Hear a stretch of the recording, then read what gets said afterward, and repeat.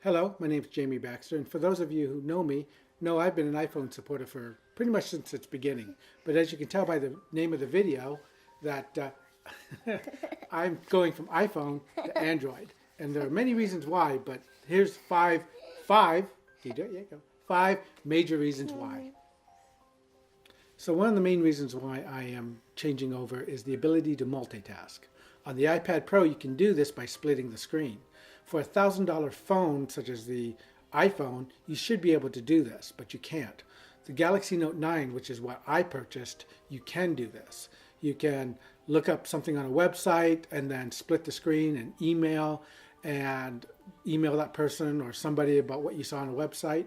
That's one of the main features about multitasking I really like. Another feature that it can do to help with multitasking, I like to look at a lot of YouTube videos, and what it does is puts a floating window of the video on your screen so you can continue to multitask and not get taken out of whatever it is you're watching. Really nice feature. Again, you can have that on the iPad.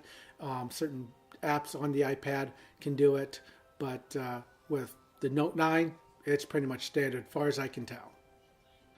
What I want to talk about next is the dual Bluetooth audio out, which you can send two signals to two different devices, such as two speakers for during a party or two headsets, so if you and a friend want to hear the same media.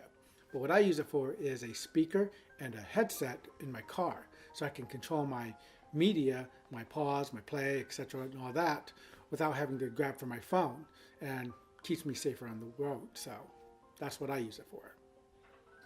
The next thing I want to talk about is expandable memory.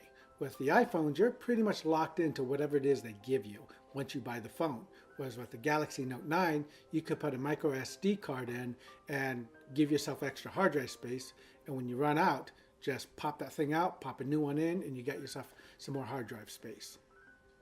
So the next item I really need to talk about is this thing, the S Pen.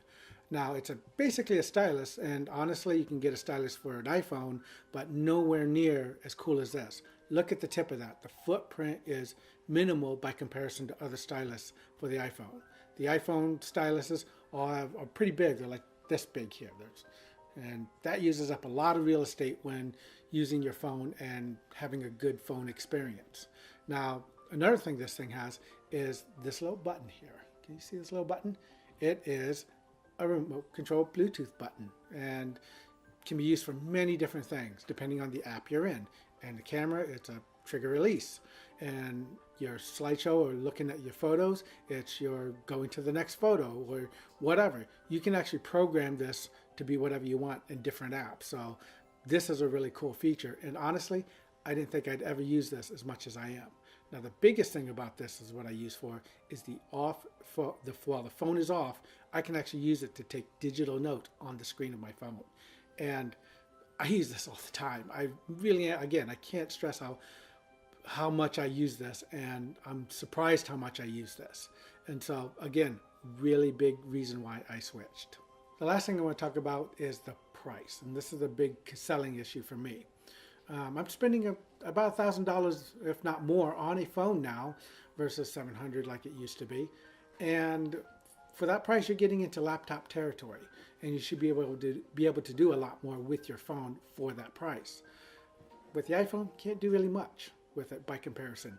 The Galaxy Note 9, you can actually hook up a Bluetooth keyboard and mouse and hook it up to a monitor and have a desktop-like experience. Not saying I would do that, but I have actually busted out the keyboard and mouse, did the split screen, and used it that way, which has been really, really nice.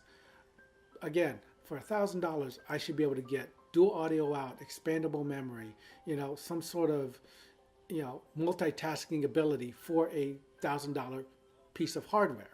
And with the iPhone, I don't. Until Apple gets their gear together and starts innovating like they used to, I'm afraid to have to say I'm pretty much out of the iPhone gig for a while until they can come up with something better and push the Note off its perch. Because, yeah, this is the reason why I switched.